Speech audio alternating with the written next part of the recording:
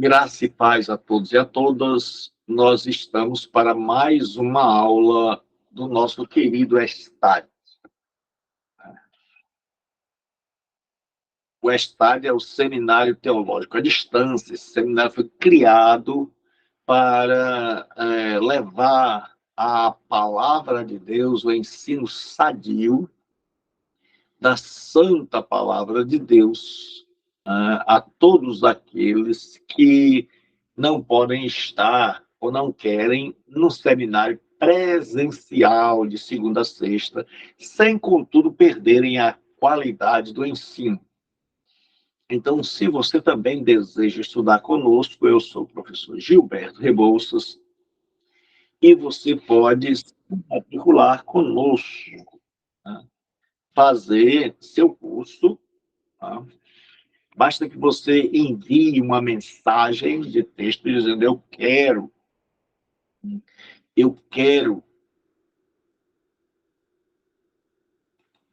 me matricular, eu quero fazer o curso para este número aqui, 85, aí todo número agora tem o 9, 8938 0246.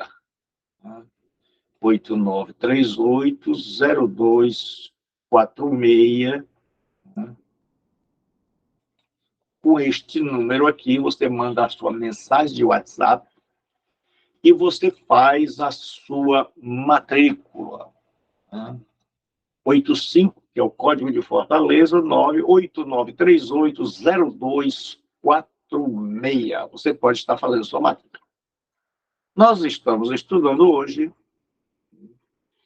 a antropologia, ou seja, a doutrina do homem.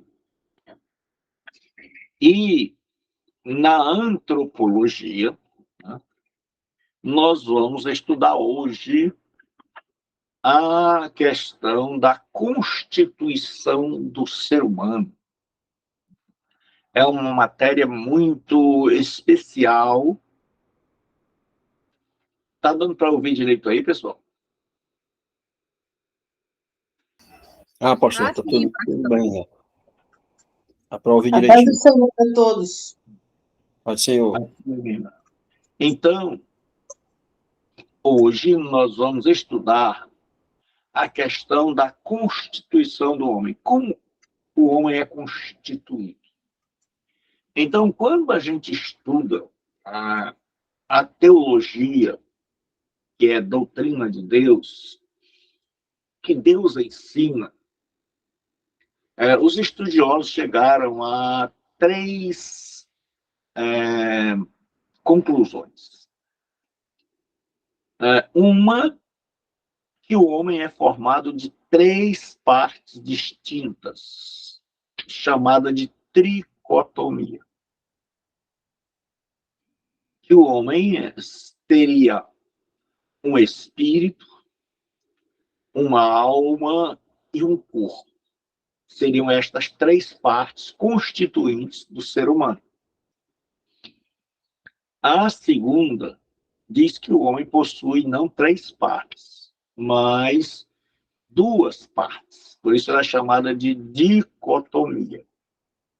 Eles ensinam que a alma e o espírito são sinônimos. Então, o homem teria uma parte material, chamada de corpo, e uma parte imaterial, ora chamada de corpo, ora chamada de espírito. E existe o chamado monismo, que o homem é um ser constituído, né, de uma só parte. E por isso eles defendem que se morre, morre a alma. Por isso eles defendem o sono da alma. Ou seja, quando o ser humano morre, morre o todo. E nós vamos ver aqui hoje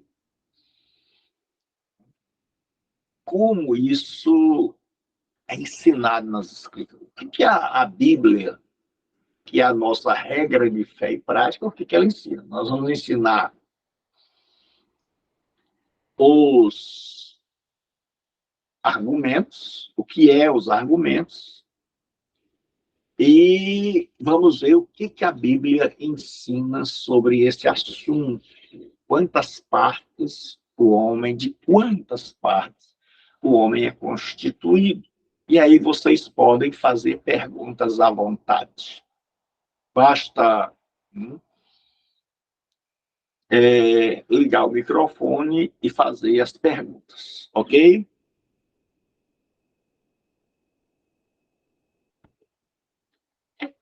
Sim ou não?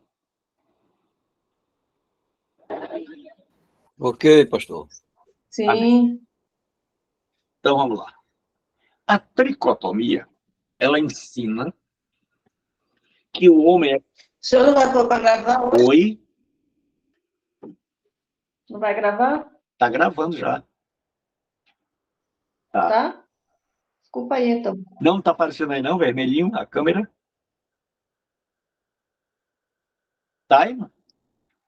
Tá no de vocês, pessoal, aparecendo aí vermelhinho? No meu tá, pastor. No meu tá, pastor. Amém.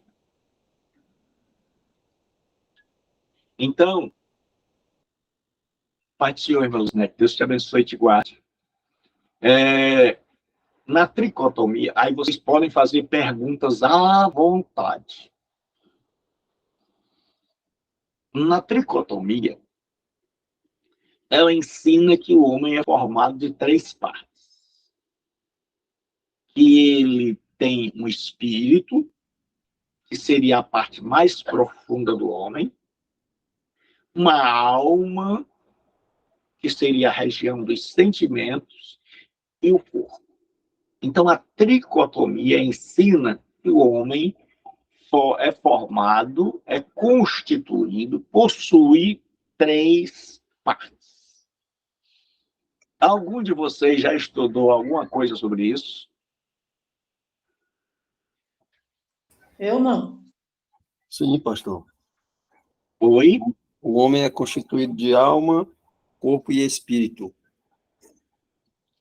Quem já estudou isso? Alguma coisa sobre isso? Já tivemos aula dominical, né? Na congregação. Certo. Sobre o assunto.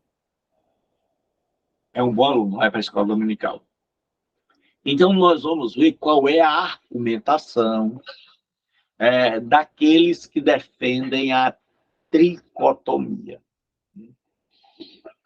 Eles dizem que a constituição do homem é tríplice. E o texto áureo, texto mais utilizado é esse.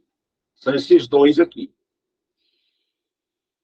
Primeira Tessalonicenses, quando você se referir a uma carta, diga primeira. Quando se referir a um livro como Reis, diga primeiro Reis. Primeira Tessalonicenses, porque é uma carta. Então ele diz assim, e o mesmo Deus de paz vos santifique em tudo. E todo o vosso espírito e alma e corpo sejam plenamente conservados, irrepreensíveis para a vinda de nosso Senhor Jesus Cristo. Então, o tricotômico, ele diz que a Bíblia ensina que o homem tem um espírito, uma alma e um corpo. Esse é o texto principal. O segundo texto é o de Hebreus 4:12, que diz assim, porque a palavra de Deus é viva e eficaz, e mais penetrante do que espada alguma de 2 gumes, e penetra até a divisão da alma e do espírito, e das juntas e medulas, e é apta para discernir os pensamentos e intenções do coração. Então, eles dizem que a palavra de Deus separa alma e espírito. Então, logo, são duas coisas diferentes, duas partes diferentes do nosso ser. Outro texto usado é o cântico do Magnificat, de Maria. Maria diz assim: então disse Maria, a minha alma engrandece ao Senhor, e o meu espírito se alegra em Deus, meu Salvador. Então ele diz, olha, Maria usou a alma e o espírito na sua adoração. E outro texto, muito comum, usado pelos tricotômicos, é: e formou o Senhor Deus o homem do pó da terra, seria o corpo, e soprou na narina o fôlego, o espírito, e o homem passou a ser uma alma. Então, segundo eles, o homem é composto de três partes: o espírito, uma alma e um corpo. Então, nós estamos vendo a argumentação aqui.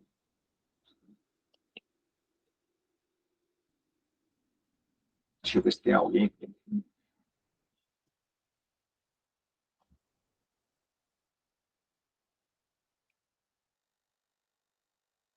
Então, vamos lá, vamos continuar.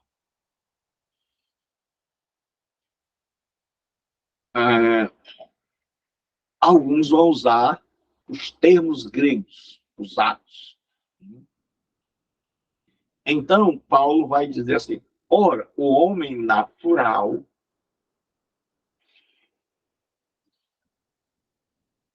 não compreende as coisas do espírito, mas o que é espiritual compreende as coisas do espírito. E eu, irmãos, não vos pude falar como a espirituais, mas como a carnais. Então, eles dizem que tem três tipos de homem: o homem natural, que seria o homem da alma,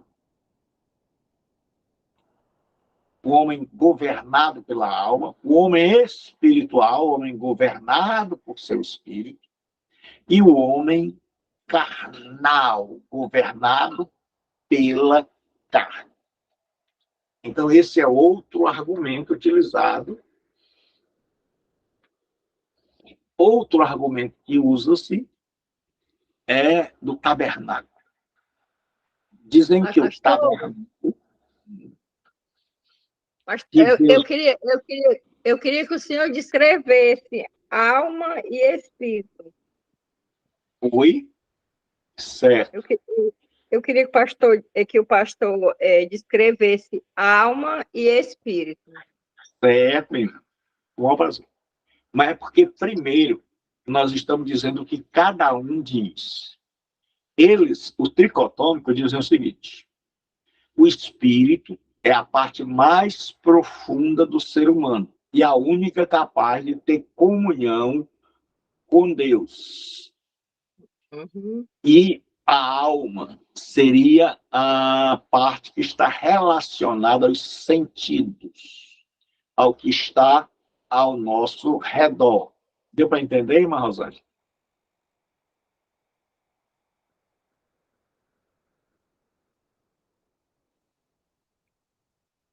Sim, depois eu vejo na apostila e eu vou me aprofundar mais sobre isso aí, para mim. Não, peraí. A apostila não tem isso que a irmã perguntou. Tá? Estou dizendo o seguinte: o tricotômico, ele diz o seguinte, que o homem é formado de um corpo. Esse corpo é visível, mas que dentro tem um segundo elemento, que seria a alma. A alma seria a responsável pelos sentimentos de se alegrar, de chorar, de... Então, um homem que andaria na alma seria um homem que viveria baseado nos sentimentos. a alma, ela se relaciona, segundo eles, com aquilo que está ao nosso redor. Então, a alma é a sede dos sentimentos. Já o espírito, dizem eles, é a parte mais profunda do ser humano. E ela, né, nesse espírito, está a fé. E o espírito é que se relaciona com Deus. O espírito é responsável pelo relacionamento com Deus. Então, com a alma, nós, segundo eles, nos relacionamos com o nosso próximo, com aquilo que está ao nosso redor. Com o espírito, nós temos a fé, e aí nós nos relacionamos com aquele que está acima de nós, que é Deus. Deu para entender, irmã Rosângela? Ah, perfeito, pastor. Ok, viu? Amém. Anotei aqui. Se eu ia falando, eu ia escrevendo. Amém. Certo. Então, nós vamos ver se é isso que a Bíblia ensina, certo? Então, eles dizem que o tabernáculo tinha 3 partes.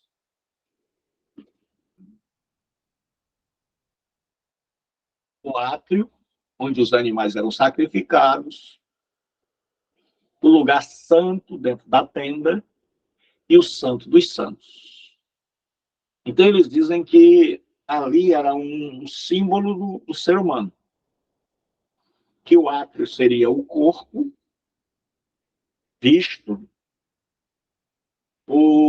a alma seria um lugar santo, não visto pelos homens ao redor, e o santo dos santos seria o espírito. Então, esse é outro argumento. Outro argumento que eles usam é que há uma distinção entre espírito e entendimento. Segundo eles, no espírito fica a fé, na alma fica o entendimento. Então, isso seria uma base para dizer que espírito e alma são 2 coisas distintas. Então, no tricotomismo, a alma e o espírito são 2 coisas distintas, são 2 partes distintas. Então, no tricotomismo, é como se o homem fosse um prédio de 3 andares. O corpo, o segundo andar, a alma, e no terceiro andar, o espírito. Né? E aí tem a dicotomia. A dicotomia, ela ensina diferente. Aqueles estudiosos que passam a vida inteira estudando a Escritura para nos ensinar.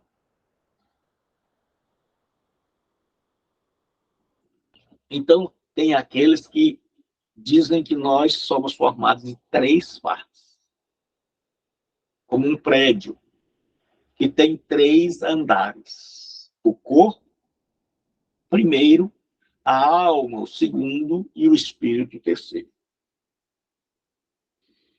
Já o dicotômico,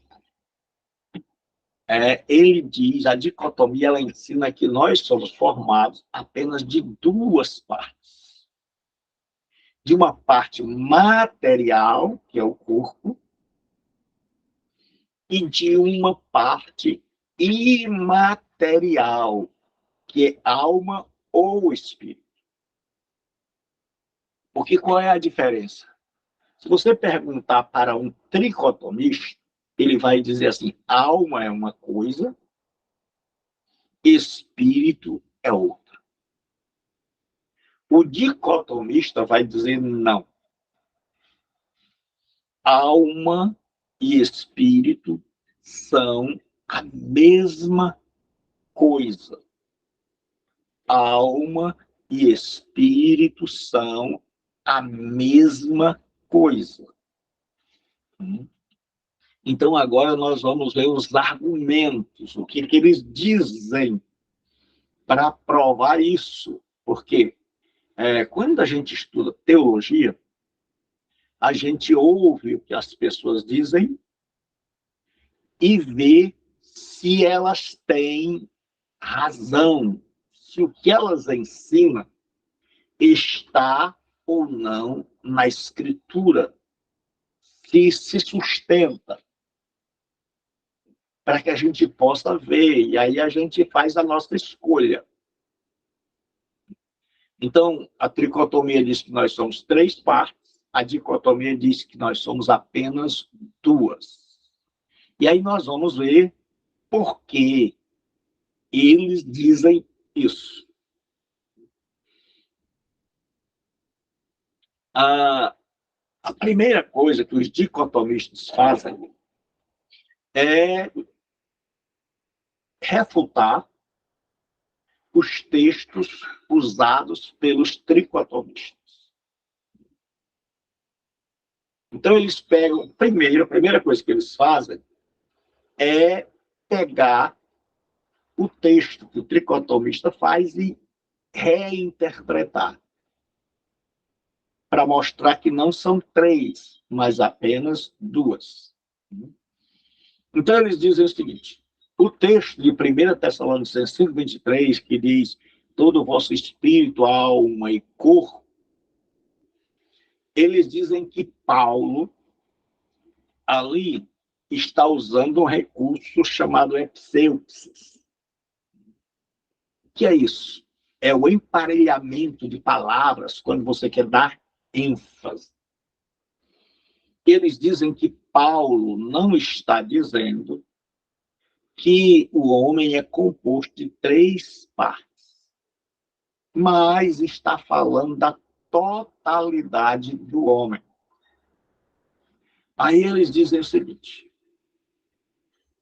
se o homem é composto de 3 partes em 1 Tessalonicenses, então ele teria que ser dividido em 4 partes, segundo Jesus Cristo. Aí eles dizem assim, Jesus, quando foi falar, usou também a epseupsis, que é uma maneira de você falar e dizer, quando você quer elogiar alguém, ou falar da totalidade de alguém, você diz assim: essa pessoa é bonita, mas ela não é bonita apenas por fora, ela é bonita internamente, ela é educada, ela é estudiosa, ela é elegante, ela é interessante. Então, você está emparelhando palavras para descrever a totalidade daquela pessoa. Mas você não está dizendo que ela é uma pessoa elegante, 2, ela é uma pessoa fascinante, que 3, então que ela é 3 pessoas, não, mas que ela é uma pessoa só. Então eles dizem o seguinte: se nós entendermos que o homem é constituído de 3 partes, por causa do que Paulo citou, espírito, alma e corpo, nós devemos muito mais obedecer a Jesus Cristo, que diz que nós somos constituídos de 4. Aí ele cita esse texto: amarás, pois, ao Senhor teu Deus de todo o teu coração,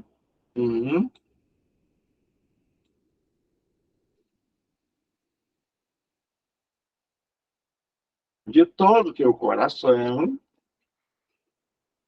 de toda a tua alma, de todo o teu entendimento e com todas as tuas forças. Então ele diz, olha, se nós formos interpretar Tessalonicenses como o homem tendo 3 partes, porque Paulo disse espírito, alma e corpo, eles dizem maior autoridade tem Jesus. Então, nós teríamos que interpretar, segundo Jesus, que o homem é composto de coração, de alma, de entendimento e de força. E aí eles dizem, é claro que Jesus não estava querendo dizer isso. Jesus estava querendo falar da totalidade do homem. Então ele fala do coração, da alma, do entendimento e das forças, para dizer o homem todo. Ele não está querendo dizer que o homem é constituído de 4 partes. Ele podia continuar citando e dizendo com toda a tua sabedoria, com todas as tuas energias. Mas Jesus está falando do ser humano em sua totalidade. Então, o homem deve amar a Deus com a sua totalidade. Então, eles dizem o seguinte: Paulo não estava dividindo o homem em 3, mas citou 3 partes para falar da totalidade do ser humano. Como Jesus usou não 3, mas 4, e poderia ter usado mais, para falar da totalidade do ser humano. Então, segundo eles, o que Paulo e Jesus estão falando não é sobre divisões no ser humano, mas sobre a totalidade do ser humano. Vocês estão entendendo até agora, pessoal? Sim, pastor. Amém. Sim. Porque, pessoal, o que eu faço? Quando o assunto é assim divergente, eu mostro as duas coisas. E aí depois a gente vê o que é que a Bíblia ensina. Aí a segunda coisa que eles vão ensinar é a questão de a palavra de Deus é como uma espada. E eles vão dizer que a palavra de Deus não divide alma e espírito, como ensinam os tricotomistas. Mas, ao invés de dividir, ela penetra. Ela penetra. Porque uma coisa é você ter uma espada e pegar essa espada e partir uma coisa. Partir um pedaço de carne em 2. Então, uma espada pode ser usada para partir um pedaço de carne em 2. Mas essa espada pode ser utilizada para furar sem partir.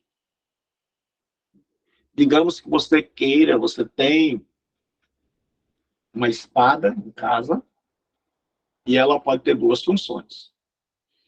Você pode querer partir um pedaço de carne bem grande, você comprou uma peça de carne e você pega aquela espada e vai partindo.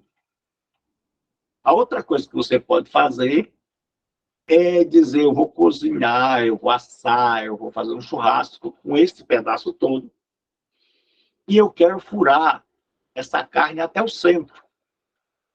Quero furar no meio dessa carne. E eu quero encher, eu quero rechear essa carne com verduras para que ela fique mais gostosa, com camarão, com um monte de coisa.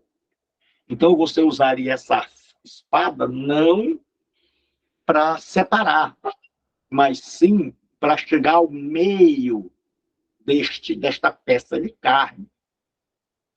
Então, eles dizem que o nome da espada aqui em grego é macaira ou marraira. E essa espada que eles estão citando aqui, ela não seria aquela espada que corta, mas aquela espada que penetra, que vai até o meio, que vai à parte mais profunda. Aí eles dizem assim, porque a palavra de Deus é viva e eficaz. E é mais penetrante. Eles dizem, não está dizendo que é cortante. Ela penetra, que é como uma seringa que você penetra no corpo da pessoa até alcançar a artéria para tirar o sangue. Ele diz, você não está cortando o braço, você está penetrando. Aí ele diz assim, de 2 gumes, e penetra até a divisão da alma e do espírito. Então eles dizem o seguinte, ela não corta, separando para um lado a alma, separando para o outro o espírito. E aí eles usam uma frase de Agostinho, o grande teólogo, né? Que Agostinho dizia que espírito e alma são os 2 lados da mesma moeda. Então, numa moeda, nós temos um lado a cara, do outro lado a coroa. Então, Agostinho dizia que espírito e alma são uma moeda só, uma parte só. De um lado é a alma, do outro lado é o espírito. Então, eles dizem o seguinte, essa espada, ela não separa assim, botar para um lado a alma, botar para o lado o espírito, mas ela penetra tanto a alma quanto o espírito. Em outras palavras, não há um lugar do nosso ser que a palavra de Deus não penetre, não chegue lá. Aí o restante do versículo nos ajuda a compreender isso. E é apta para discernir os pensamentos e intenções do coração. Ou seja, a palavra de Deus, ela vai no mais profundo do nosso ser. No mais íntimo do ser humano. Então, eles dizem a palavra de Deus não separa, não corta, mas a palavra de Deus entra, penetra, vai até o coração. E é isso que o autor está querendo dizer, que ela é penetrante. Eles dizem, nunca passou pela cabeça do autor dizer que a palavra de Deus corta. Ele diz até porque não dá para você separar juntas e medulas. Aí eles ensinam agora. Aí, pessoal, na hora que vocês tiverem perguntas, dúvidas, é só perguntar, certo? Porque na teologia muita coisa vai ser nova para vocês. Então não fique em dúvida, não tenha medo. Eu não vou me cansar de dizer, quando você faz pergunta, você não atrapalha a aula. Você atrapalha a aula se você tiver dúvidas e não procurar solução, resposta, esclarecimento para as suas dúvidas. Quando a gente começa a estudar teologia, a gente começa a ver outras interpretações. A gente, geralmente, na igreja, quando é ensinado de um lado só. E quando a gente começa a estudar teologia, a gente vê as outras interpretações e a gente coloca isso diante da Bíblia. Porque a Bíblia é a maior autoridade em questão de fé e prática. Então a gente começa a submeter as nossas crenças ao ensino das Escrituras. Então, vou dizer aqui, vocês repetem. Estudar teologia. Estudar teologia É submeter. é submeter submeter As nossas crenças As Nossas nossas crenças, As nossas crenças. as nossas crenças As as as nossas nossas nossas crenças. crenças crenças ao ensino das Escrituras. ao ao ensino Ao das ensino das ensino Escrituras. das Escrituras. Escrituras. Então, o que é isso? Foi. Pastor, essa colocação que o senhor fez hoje, eu já estou nos 60, né, que eu vou fazer esse mês. Eu nunca tinha entendido essa parte, que Uhum, penetrava, né, eu achava que furava, que rasgava, que separava. Eu nunca entendia, e eu tinha muita curiosidade de saber essa parte aí, porque os pastores que eu já vi pregando, ele nunca fez essa colocação que o senhor fez hoje, né? Aí a gente tem aquilo e você leva as coisas erradas para a sua vida inteira. uhum. É É que porque ela assim. é como uma espada de dois gumes, e eu achava assim, eu sentia até a dor assim, de furar, de rasgar, porque eu achava assim, que era na Uhum, desobediência, eu não sabia a colocação. Então, achei muito hoje, assim, muito maravilhoso isso aí, porque eu entendi agora. uhum. É porque assim, pessoal, é, infelizmente, eu fico até triste. A maioria dos pregadores, principalmente no nosso meio pentecostal, não estudaram. E quando estudaram, estudaram apenas por professores pentecostais. E aí, o que, que acontece? Aprenderam de um jeito, nunca viram nenhum ensino diferente, compraram o peixe e venderam do jeito que compraram. Então, eles aprenderam assim, o pastor deles ensinava, eles aprenderam, o pastor deles foi para a glória, eles assumiram o pastorado e continuaram ensinando. A teologia é diferente, porque a teologia começa agora a comparar os ensinos. Ela diz, ó, fulano ensina isso. Será que é assim? Aí a gente começa a pegar tudo aquilo que nos foi ensinado e a comparar com o ensino da Bíblia. O que estiver certo vai ficar. O que estiver errado não vai resistir. Deu para entender, pessoal? Sim, sim, pastor. Eu Os outros, sim. deu para entender, pessoal? Sim, pastor, deu para entender. Olha, pessoal, eu não me admiro, porque quando eu cheguei no seminário, eu tinha um caderno com muito ensino. E aí, com o passar do tempo, eu fui rasgando. Eu vi que tinham me ensinado errado. E as pessoas não ensinam errado, na maioria das vezes, porque são más. Não. Simplesmente porque não querem estudar, infelizmente. Infelizmente, no nosso meio, as pessoas acham que podem fazer a obra de Deus no peito e na raça, sem estudar. E aí, quando a gente começa a estudar, tá, e a gente vai se aprofundando, a gente vai percebendo, espera aí, me ensinaram isso errado. Ah, me ensinaram só de um lado, não ensinaram o outro. Ah, eu só sabia como o fulano pensa, mas eu não sabia. E na teologia você começa a ter a visão expandida.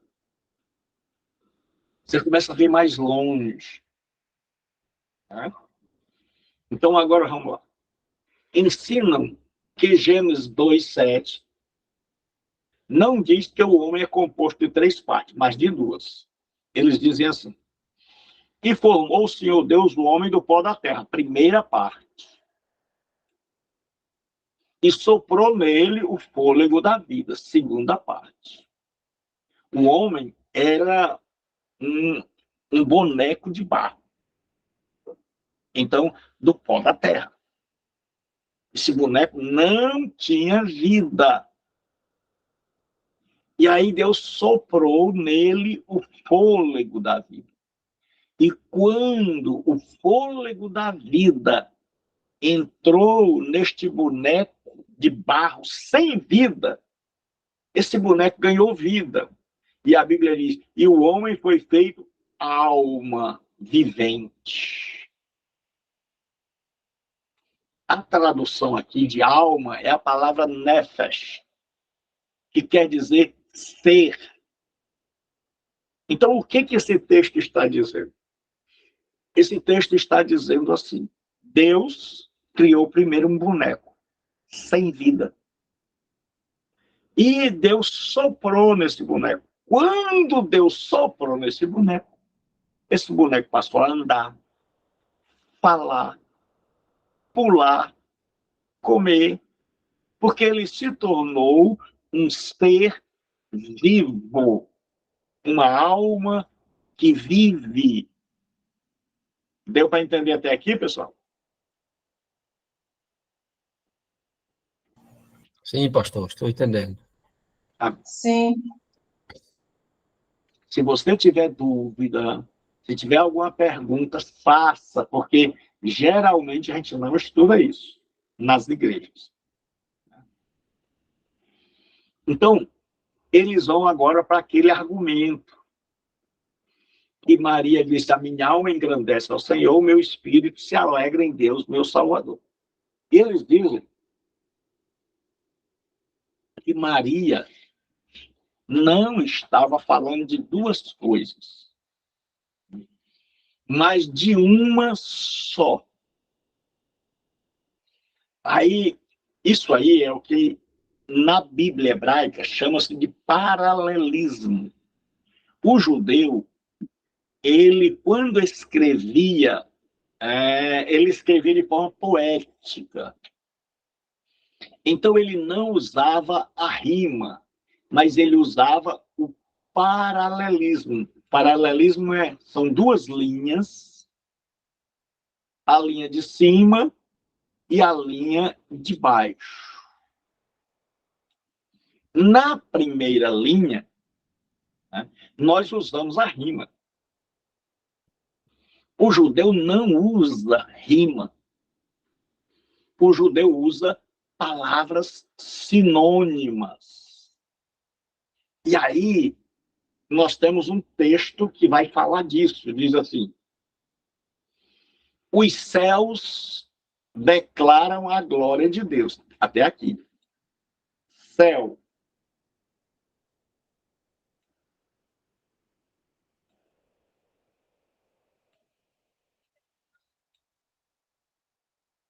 Céu. Na parte de cima tem céu. Na parte de baixo tem firmamento. Se você colocar um embaixo do outro,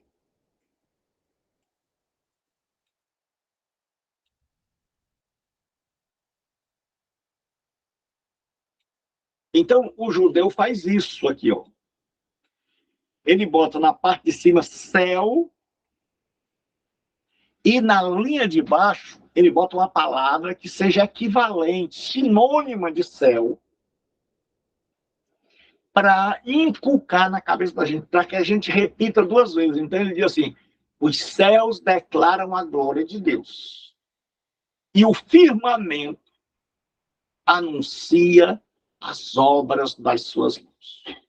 Então ele está dizendo duas coisas. Olha, você quer compreender a Deus? Você quer ver a grandeza de Deus? Olha para o céu.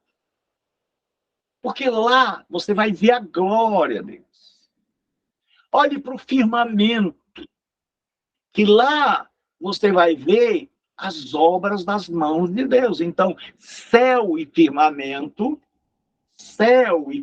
aqui são a mesma coisa. O judeu coloca um debaixo do outro. Na tradução, a gente não coloca. Aí eles dizem que... Aí eu fiz aqui, ó. Tem um embaixo do outro. Os céus, o firmamento, declaram e anunciam. É a mesma coisa. A glória de Deus e as obras das suas mãos. Mãos de quem? Mãos de Deus.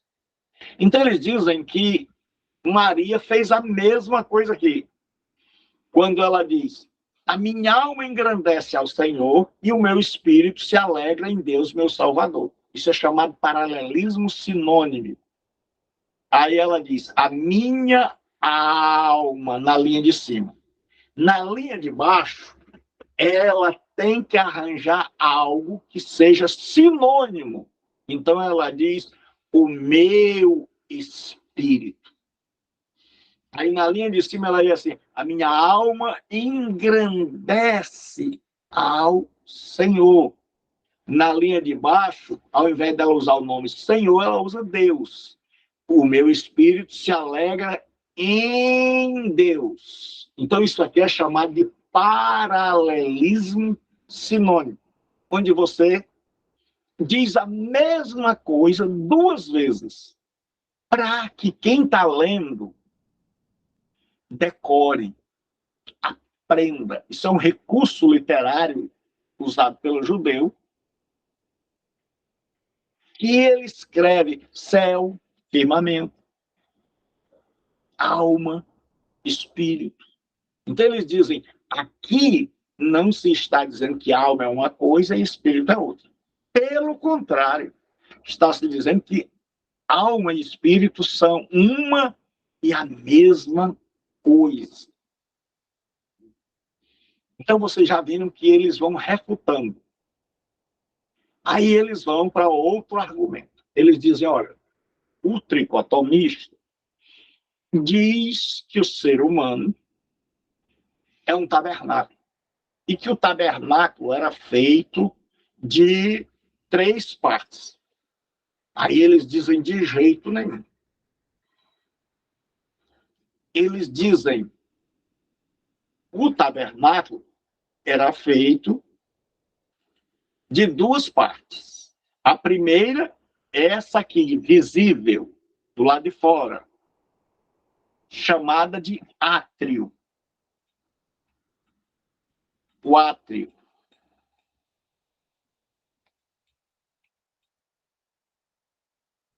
Era esta parte visível. Ele diz, a segunda parte era essa, que era uma só. Era a tenda. Então ele diz, o tabernáculo não tinha 3 partes, tinha 2. O exterior e o interior. O átrio e a tenda. É tanto que quando nós vamos estudar Hebreus, nós vamos ver que Hebreus só fala da tenda. Hebreus não vai falar mais do átrio. Ele vai falar apenas da tenda. Então, eles dizem que nós temos um átrio, que seria o nosso corpo, e nós temos a tenda, que o que tem dentro é invisível, que seria a nossa parte invisível. Então, eles dizem, nós não somos formados de 3 partes. E a tenda, ela não era 2 tendas, mas apenas uma, com compartimento separado, mas era apenas uma tenda. Então, eles dizem, nós não somos formados de 3 partes, mas de 2. Outra coisa que eles ensinam é que o tricotomista diz que existe o homem natural, o homem espiritual e o homem carnal. Então, seria 3 partes. O dicotomista diz assim, eles não interpretaram isso aqui naturalmente. Eles não fizeram uma interpretação correta. Por quê? A doutrina da tricotomia, ela chegou ao Brasil através de uma Bíblia chamada Bíblia de Scofield. Alguém aí já viu a Bíblia de Scofield? Nunca vi. Não, pastor, nunca vi, não. Já vi sim, pastor, já. Oi? Sei não. Já Como a cheguei a sua ver letra? sim ela já. Quem viu? Eu, pastor Anderson. Grande Anderson, tudo bom, meu filho? Tudo bom, meu pastor?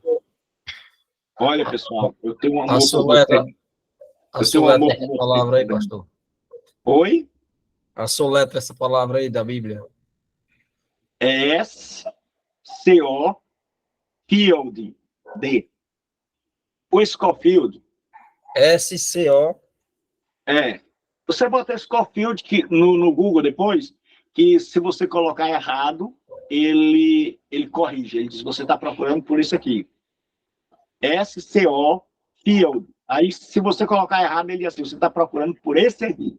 Certo. Então, o que acontece? A primeira Bíblia comentada que nós tivemos no Brasil foi essa Bíblia do Scofield. E o Scofield ensinava a tricotomia. E aí o que acontece? Os pastores antigos, que tinham uma condição de ter uma Bíblia mais cara, eles começaram a comprar a Bíblia do Scofield. E, estudando a Bíblia do Scofield, eles passaram a ensinar nos seus púlpitos a tricotomia. Eles não tiveram cuidado, porque eu vou perguntar a vocês. Eu e você temos o cuidado de verificar aquilo que nos ensinam?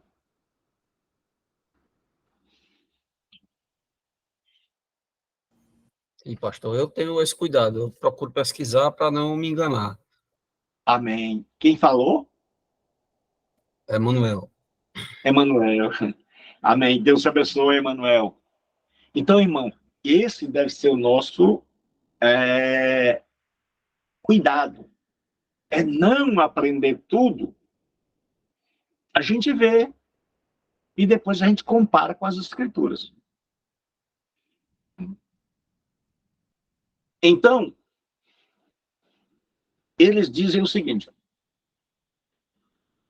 pessoal, então na Bíblia do Scofield tem assim, aqui está falando de 3 partes do ser humano. Ser humano da alma, o ser humano da carne e o ser humano do espírito. Aí, os dicotomistas dizem, não, isso é uma interpretação equivocada das escrituras.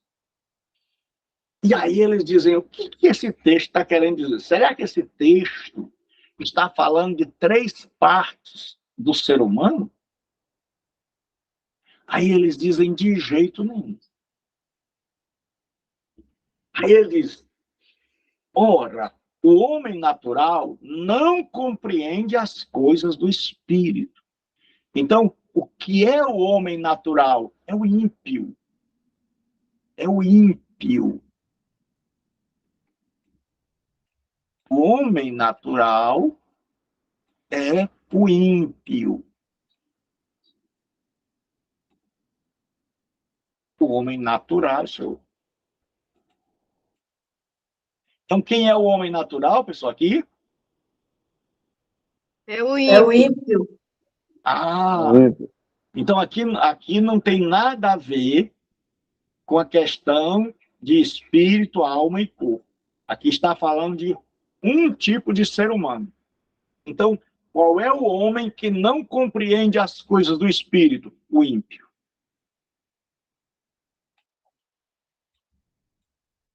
Veja como a interpretação errada pode acabar com a vida da gente.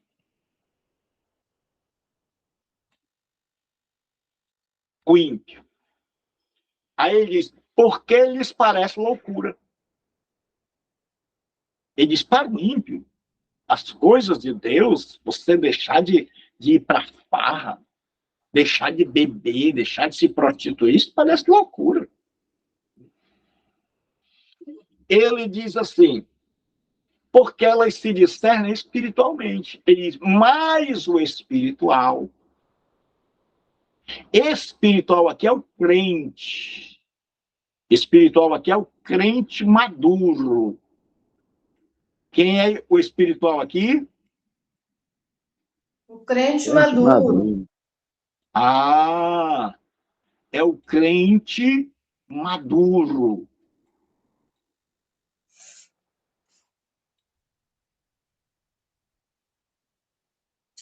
Então, nós temos o ímpio que não entende e nós temos o crente maduro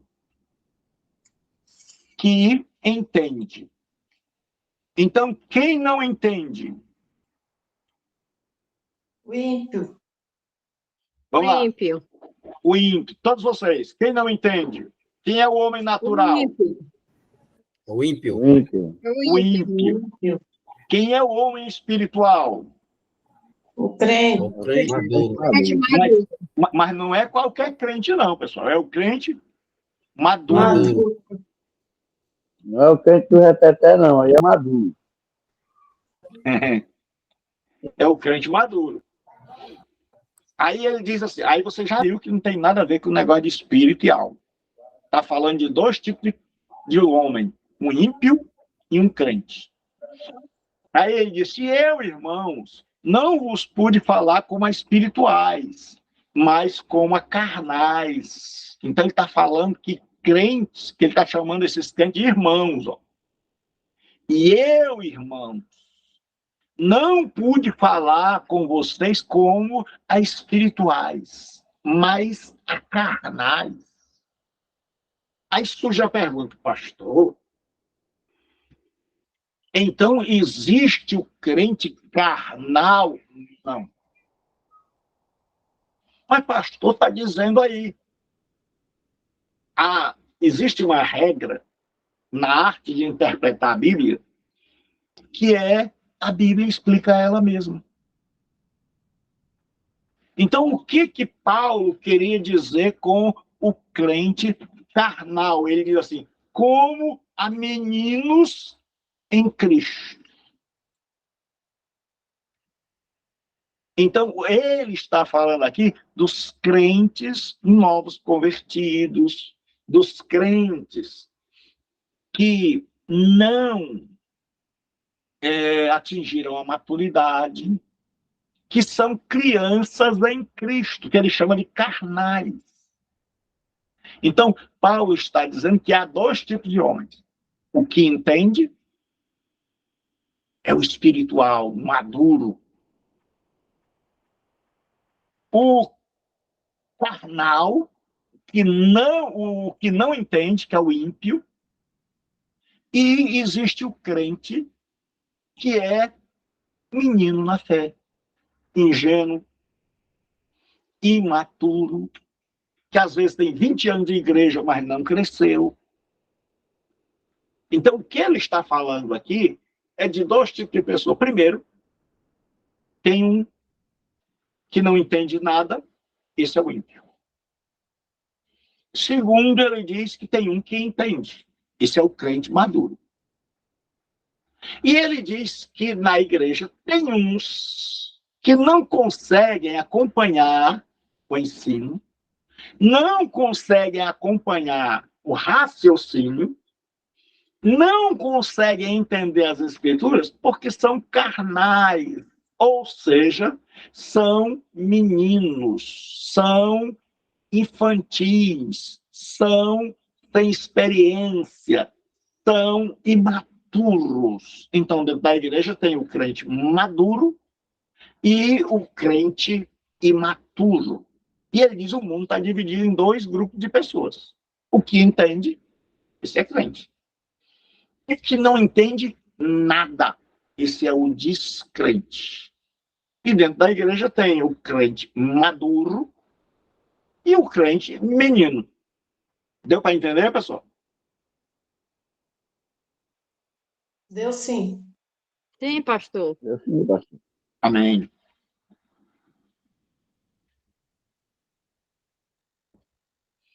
Então eles dizem o seguinte, que a Bíblia não faz distinção entre alma e espírito. Ou seja, os autores da Bíblia usavam um numa hora, usavam outro depois. Aí eles colocam os textos. A minha alma está perturbada. Ele diz que Jesus disse isso lá antes da sua morte. E depois, na mesma situação, Jesus diz, tendo dito isso, turbou-se em espírito. Então eles dizem, olha, Jesus disse, a minha alma está perturbada. Logo depois ele diz, pessoal, agora o meu espírito está turbado, perturbado, mexido. Eu estou aqui sentindo a angústia que me aguarda. Então, diante da cruz, Jesus estava perturbado, estava turbado. E, no lugar, João usa a palavra alma. No outro, usa a palavra espírito. Então, ele diz, ó, se fossem duas coisas diferentes, ele usaria a minha alma está turbada, e aqui ele diria a minha alma, aqui em cima, minha alma está perturbada, e aqui turbou-se na alma. Mas eles dizem, olha, para João, tanto fazia dizer que Jesus se emocionou com a alma, como Jesus se emocionou no espírito. Para ele, não havia diferença. Aí eles dizem o seguinte, que os termos alma e espírito são intercambiáveis. Ou seja, você pode trocar um pelo outro, que não vai fazer diferença. Você pode trocar um pelo outro, e não vai fazer diferença. Aí eles citam os textos. Aí ele diz assim, e não temais os que matam o corpo, e não podem matar a alma. Então, Jesus aqui fala de duas partes, do corpo e da alma. Agora, Tiago vai falar a mesma coisa, né? Só que ele vai usar outra palavra. Porque assim como o corpo sem o espírito está morto. Então eles dizem, olha, Jesus usou dois termos, o corpo e a alma. Tiago fez a mesma coisa. Usou dois termos, o corpo. Só que, ao invés de dizer o corpo e a alma, ele disse o corpo e o espírito. Aí eles dizem, claro, que para os escritores do Novo Testamento, tanto faz você escrever a palavra espírito como a palavra alma. Tem o mesmo significado, não são duas coisas. Aí eles argumentam mais, eles gostam de argumentar. Eles têm muito argumento. Você já percebeu aí a quantidade de argumento que eles têm. Argumentam que, por ocasião da morte, o elemento que sai do homem é chamado de alma ou de espírito. Então, o que eles dizem? Eles dizem, olha, todas as vezes que a Bíblia vai falar da morte, a Bíblia usa saiu a alma ou saiu o espírito. Nunca ela vai dizer saíram a alma e o espírito. Ele vai dizer, tanto faz para o autor dizer saiu a alma, como saiu o espírito. Aí eles vão citar os textos, mostrar os textos. Aconteceu que, saindo-lhe a alma, porque morreu, chamou-lhe Benoni. mas seu pai lhe chamou Benjamim. Então, quando a mulher morreu, Raquel morreu, ela morreu de parto. A Bíblia diz, saiu a alma. Saiu a alma. E aí, antes dela morrer, ela botou o nome de Benoni, que quer dizer filho da dor. E aí o pai mudou imediatamente para Benjamim, filho da minha mão direita. Para quê? Para que a criança não crescesse traumatizada, dizendo, eu matei minha mãe. Meu nascimento trouxe a morte da minha mãe. Veja que a Bíblia tem cuidado com a nossa parte psicológica. Mas para o nosso estudo aqui, o que está valendo é alma. O que saiu dela? A alma. Aí aqui também vai dizer o seguinte, então se estendeu sobre o menino 3 vezes e clamou ao Senhor. E disse, ó Senhor meu Deus, rogo-te que a alma que tinha saído quando aquele menino morreu lá na casa da viúva, era a alma. Mas aí, em Eclesiastes,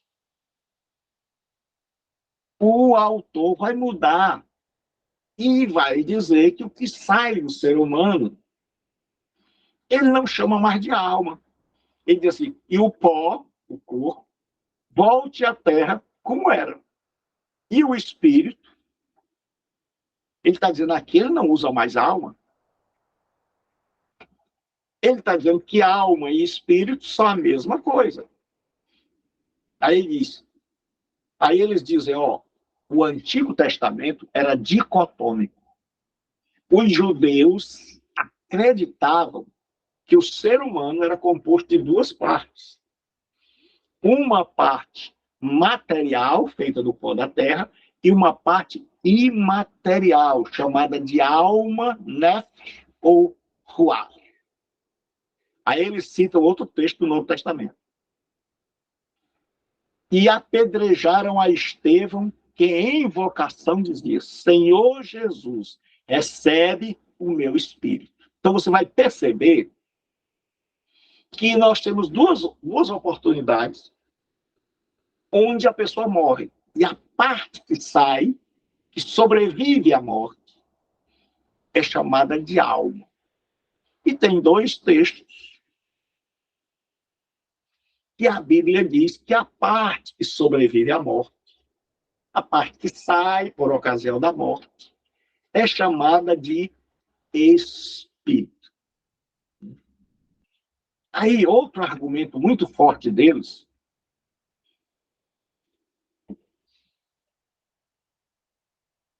é que eles dizem que Paulo, que é o texto de Paulo mais usado para defender a tricotomia, 3 partes, ele diz que Paulo ensina a dicotomia.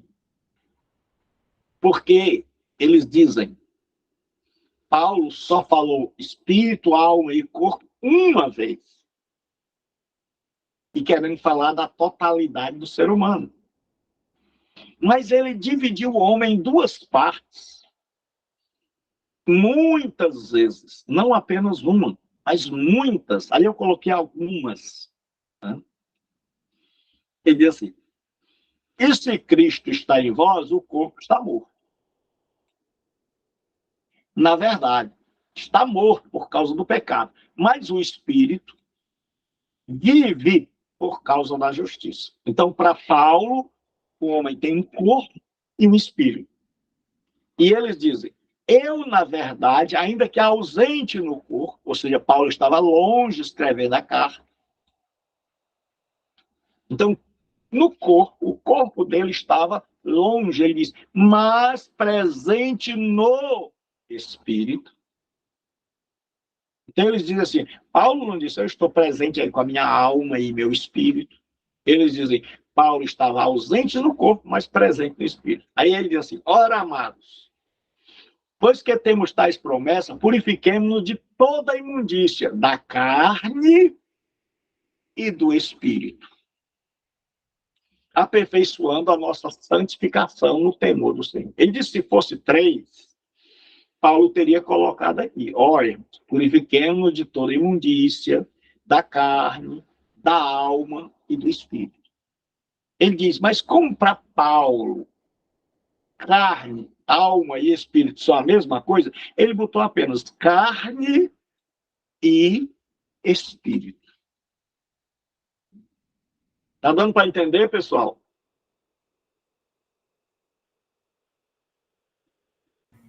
Sim, pastor. Responda, pessoal, pelo amor de Deus. Ok, pastor. Vamos lá. Ele diz assim, eles vão... Vocês já notaram? Quem já notou que eles têm muito argumento?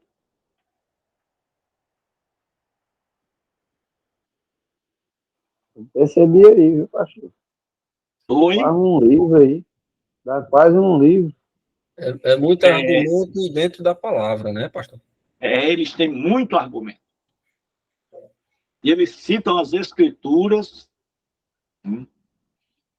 Então, eles dizem o seguinte, que as atividades de pensar, sentir e decidir não são realizadas somente pela alma, como ensina a tricotomia. A tricotomia diz o seguinte, com a alma você pensa, com a alma você tem os sentidos, os sentimentos, mas isso não é com o espírito. E eles dizem, nós vamos mostrar na Bíblia, que a alma tem que o espírito tem sentimento. Porque na tricotomia o espírito só tem a fé. Então, o tricotômico, ele diz assim, nós não andamos pela alma. Porque a alma, ela é regida pelos sentimentos. Nós andamos pelo espírito, só a fé. E aí eles dizem, nós vamos mostrar na Bíblia que o espírito tem sentimento. Que a alma não é região de sentimento só, mas que o espírito sente. Aí eles leem aqui. Enquanto Paulo esperava em Atenas, o seu espírito se comovia em si mesmo. Ele diz, Paulo sentia com o espírito. Paulo olhou e viu a cidade cheia de ídolos, afundada na idolatria. E ele diz, o seu espírito se comovia.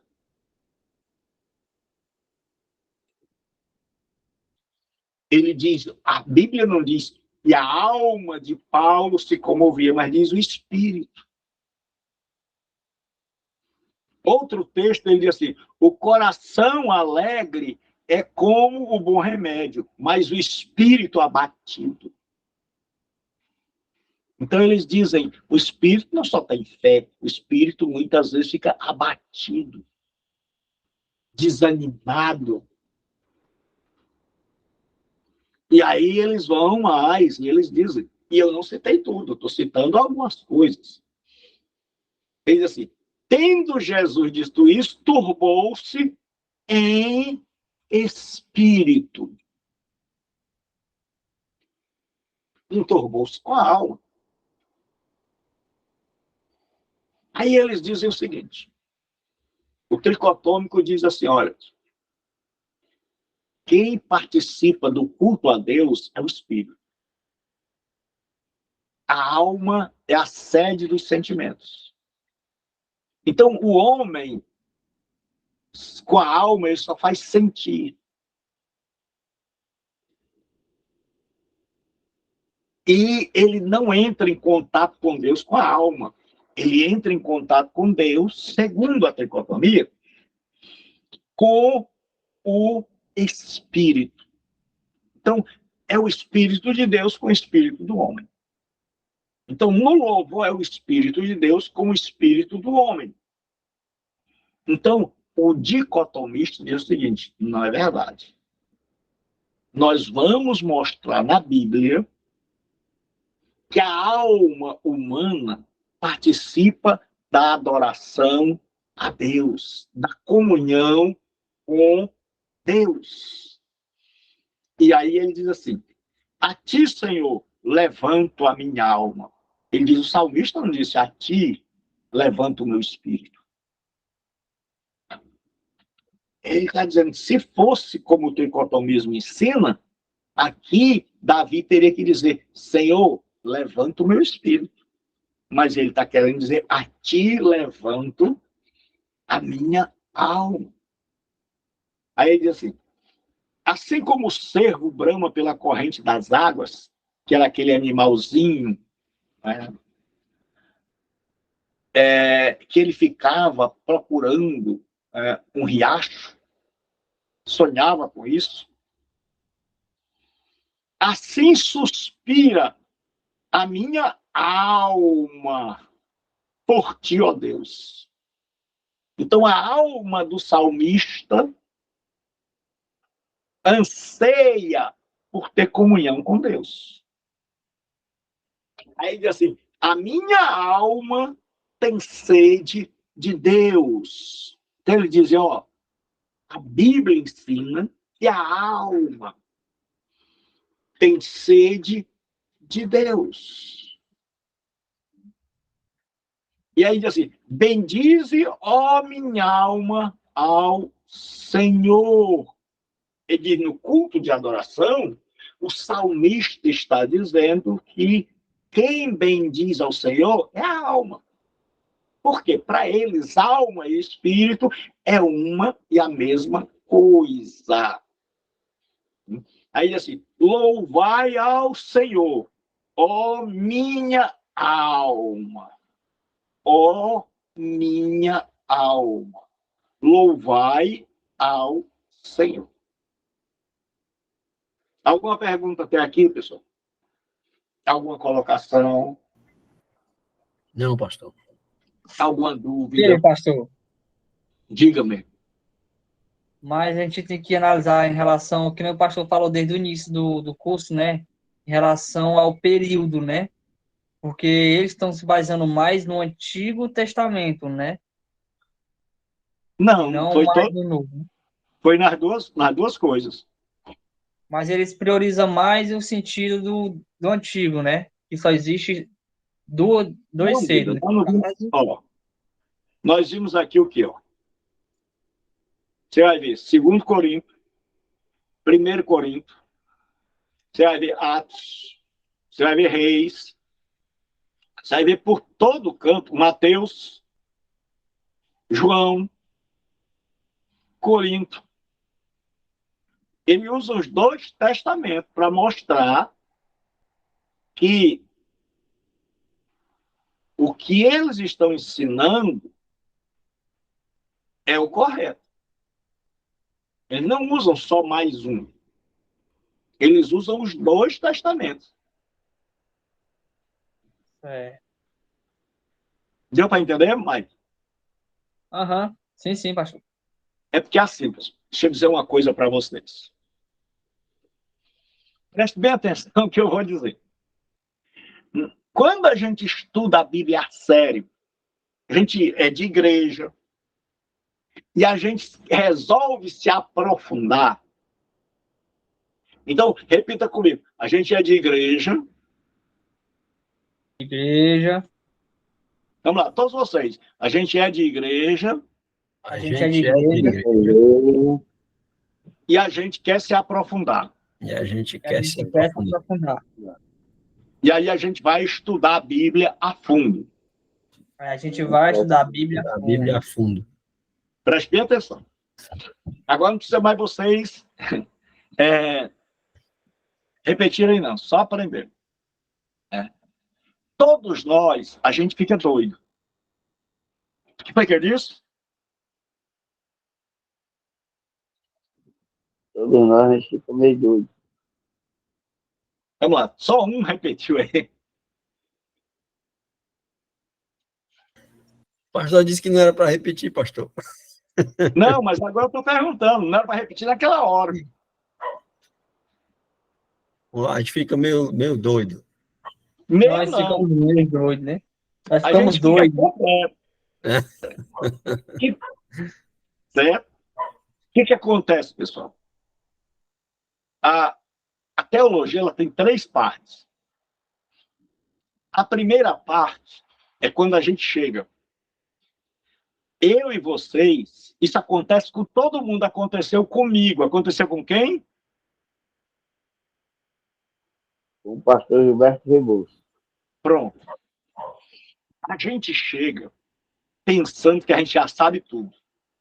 Que na igreja, principalmente se você é um rapaz de escola dominical, uma mulher que estuda, que não perde as doutrinas, que eu, como era sempre ligado, comprava livros, eu tinha um monte de livros.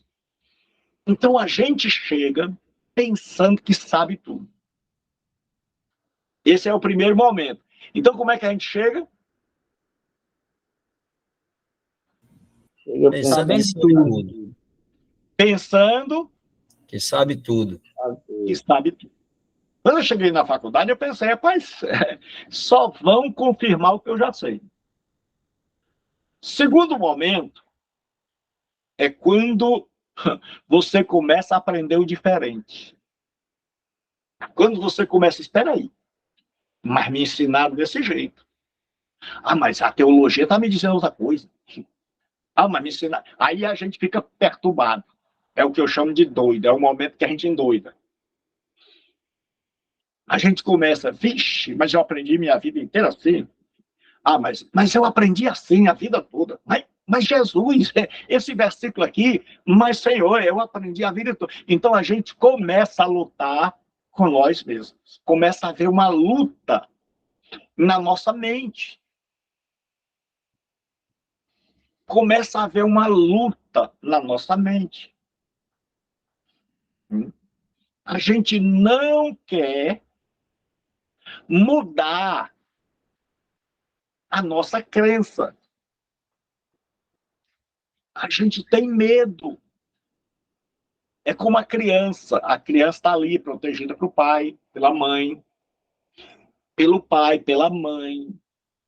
Ela não tem que estudar muito. Aí você bota ela na escola. Ela quer ir?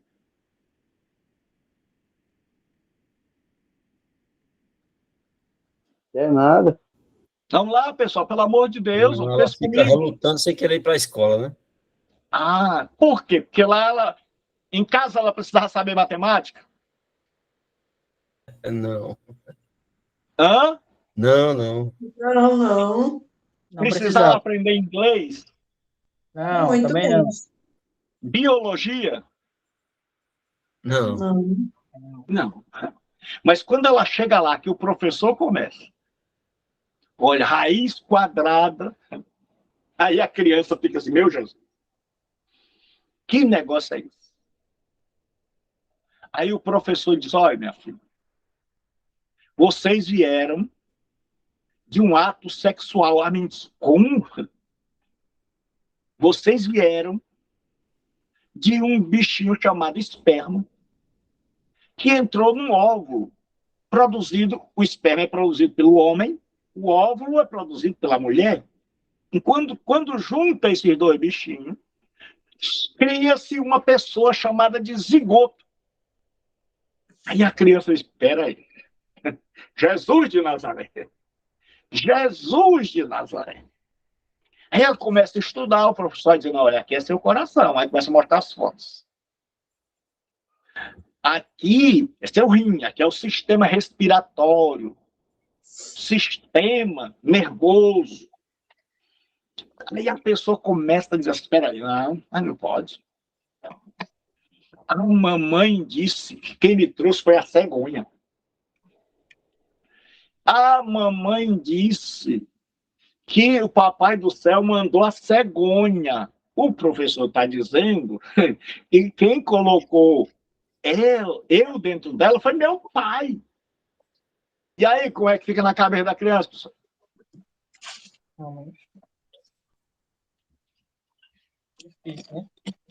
Tá tudo confuso, tudo doido, né? Mas você tira a criança do colégio? Não. Não. Quando passa o tempo, ela vai começando a entender. Ah, rapaz, era uma maneira do papai falar para mim quando eu era criança. Ah, porque meu pai e minha mãe não sabiam matemática. Ah, é porque meu pai e minha mãe não sabiam português. Aí ela vai estudando, aí ela desendoidou. Assim acontece na teologia. Você aprendeu na sua igreja. Aí você vem para fazer teologia. Aí a gente começa a se aprofundar um pouco, sair do beabá. Você já não é mais um crente carnal, menino. Você começa a crescer. E aí vem aquele problema. Jesus, eu vou continuar estudando? Ou eu vou ficar em casa? Jesus, isso é novo. Jesus, eu continuo estudando isso? Ou eu paro? Aí o que acontece? Quando o crente continua estudando, ele vai começar a entender. Porque ele vai amadurecer. A relação dele com Deus vai ser agora de adulto e não mais de criança. Deus não vai mais falar com você assim, bilu, bilu, bilu, cadê o meu neném? Cadê a minha menina?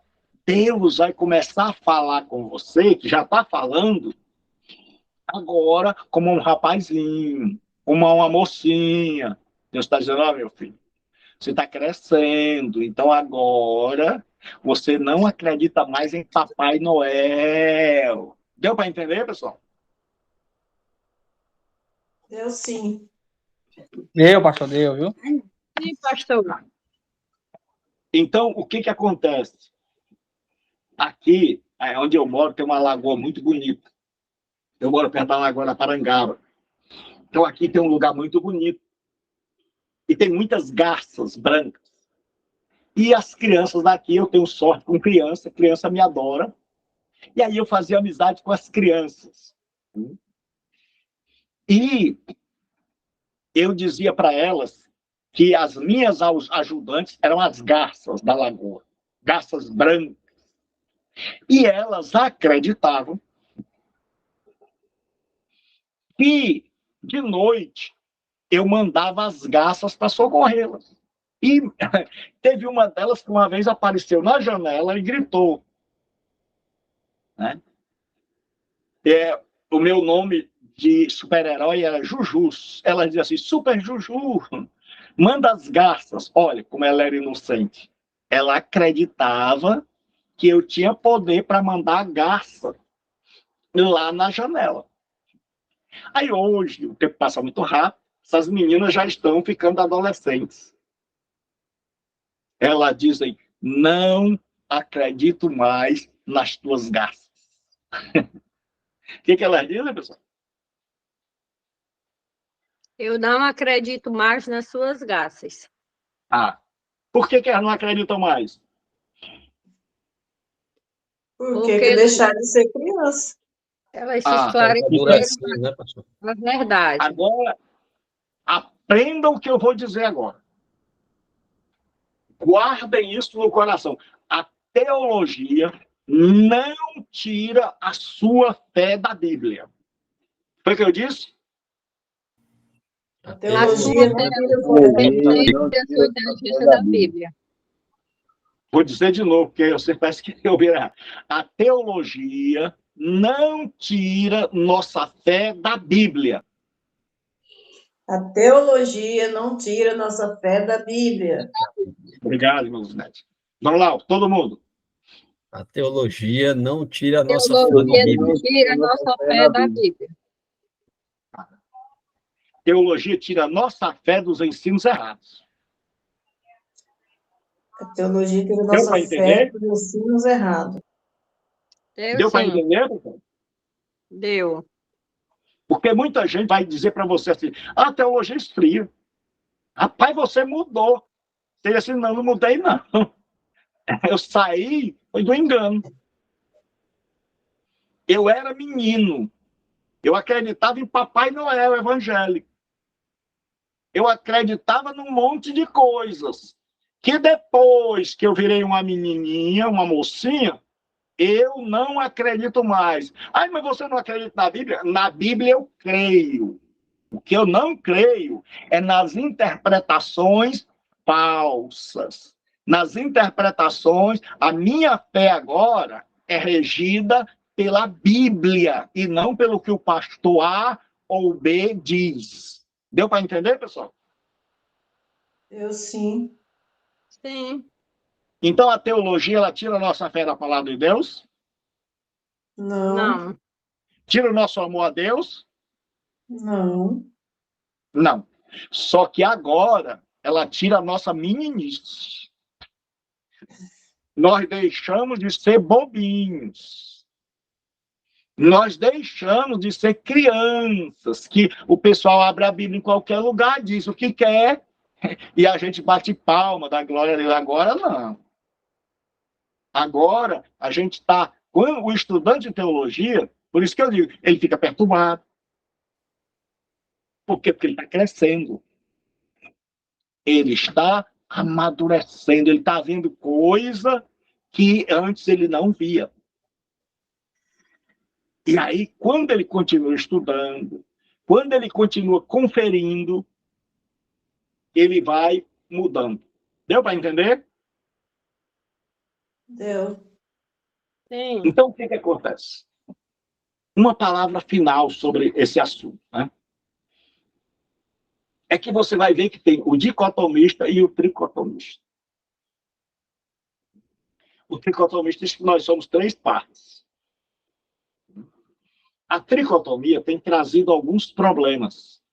Né? Por quê? Porque na tricotomia, a pessoa diz assim, morreu o ser humano. Então agora eu pergunto a vocês, morreu o ser humano, para onde vai o corpo?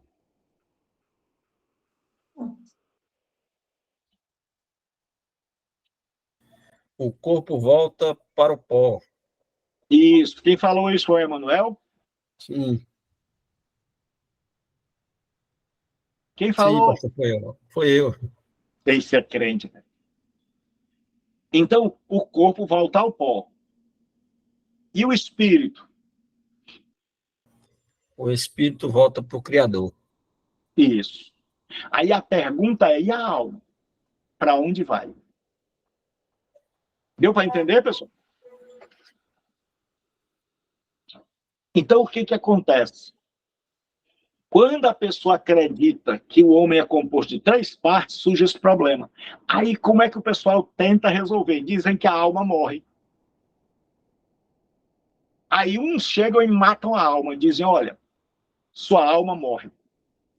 Outros, que não são tão violentos, eles dizem o sono da alma. Não, a alma dorme entre a morte e a ressurreição. Você pergunta a eles, essa é a doutrina chamada de sono da alma. Por quê? Porque eles querem fazer alguma coisa com a alma. Eles dividiram em três. E aí, diz assim, o espírito volta para Deus, a alma morre. Lá no espiritismo, a alma fica perambulando.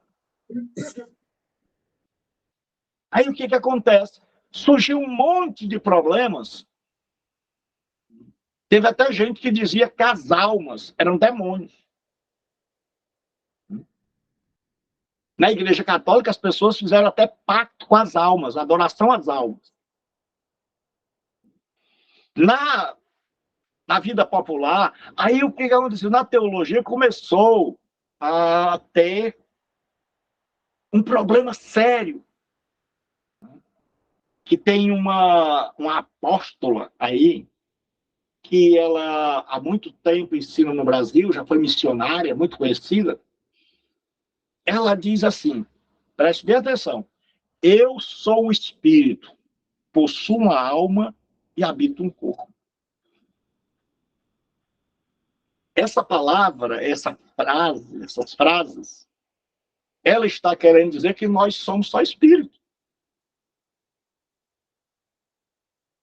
Que o que é mais importante em nós é o espírito, mas a Bíblia não ensina isso. Quem ensinava isso eram os gregos pagãos. O cristianismo ensina que o nosso corpo é o templo de Deus e a morada do Espírito Santo. Então, os dois, se você olhar com calma, ensinam quase a mesma coisa. Porque dizem que o homem tem uma parte física, que é o corpo, e uma parte espiritual. Por isso, a melhor maneira de você lidar com isso, porque o pessoal vai e aí diz assim, meu irmão, geralmente quando a gente ouve as pessoas pregando sobre esse assunto, a gente percebe que a pessoa não tem conhecimento. Quer dizer assim, o homem é tricotômico. O homem possui 3 partes, espírito, alma e corpo. Aí a gente fica ouvindo. Aí diz, olha, irmão, nosso corpo é o jabá, é a carne velha. Aí eu digo, eita, meu Deus, já confundiu. Corpo não é carne. Carne é natureza caída. Corpo é a morada do Espírito Santo. A coisa que o Novo Testamento mais valoriza é o corpo. Diz, não unais o vosso corpo com a meretriz, porque vocês vão ser um só com ela. Diz, o corpo é para o Senhor. Por quê? Porque na filosofia pagã dos dias de Jesus e Paulo, o corpo era tido como algo pecaminoso, maligno, que não tinha salvação. E aí Paulo diz que quando Jesus voltar, vai redimir o nosso corpo. Por que Jesus vai voltar? Para buscar o nosso corpo.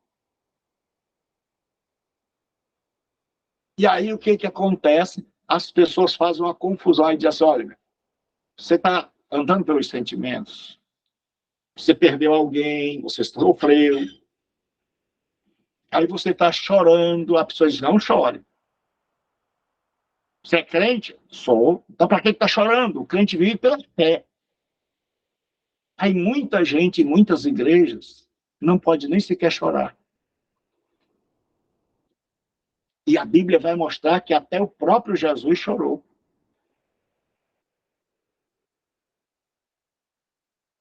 Aí tem igrejas que as pessoas dizem assim, olha, você tem que ter fé. Mas, rapaz, meu filho morreu. Mas creia, ele está no céu com Deus. Irmão, você anda pelo Espírito, no Espírito tem a fé. Aí começa uma opressão com as pessoas. Aí a pessoa não pode mais ter sentimento. Aí a pessoa, se ela é alegre, a pessoa diz, é mundana. Aí ela tem que fechar a cara, chupar o dente, fecha os olhos, bota o dedo aqui no nariz, e aí fica um ser humano que não sorri mais, que não brinca mais. Por quê? Porque, segundo eles, é a alma que faz isso. E nós temos que andar no Espírito. Mas o que a Bíblia diz? A Bíblia diz que eu e você somos um corpo e um espírito.